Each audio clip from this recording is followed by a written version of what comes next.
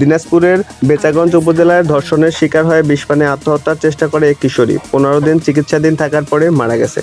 শনিবার দিবাগত রাতে দিনাজপুর মেডিকেল কলেজ হাসপাতালে চিকিৎসাধীন অবস্থায় তার মৃত্যু হয়। স্থানীয় সূত্রে জানা যায়, থানা পুলিশের তথ্য অনুযায়ী 14 বছর বয়সী ওই কিশোরী তার দাদির সঙ্গে বসবাস করত। সে স্থানীয় একটি স্কুলে 7ম শ্রেণীতে পড়াশোনা করত।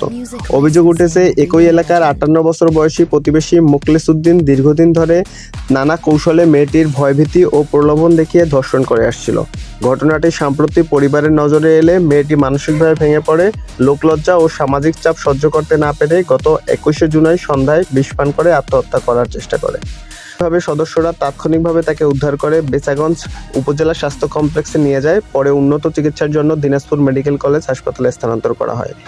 সেখানে টানা 15 দিন মৃত্যুর সঙ্গে লড়াই করে অবশেষে 5 জুলাই রাতে কিশোরীর মৃত্যুবরণ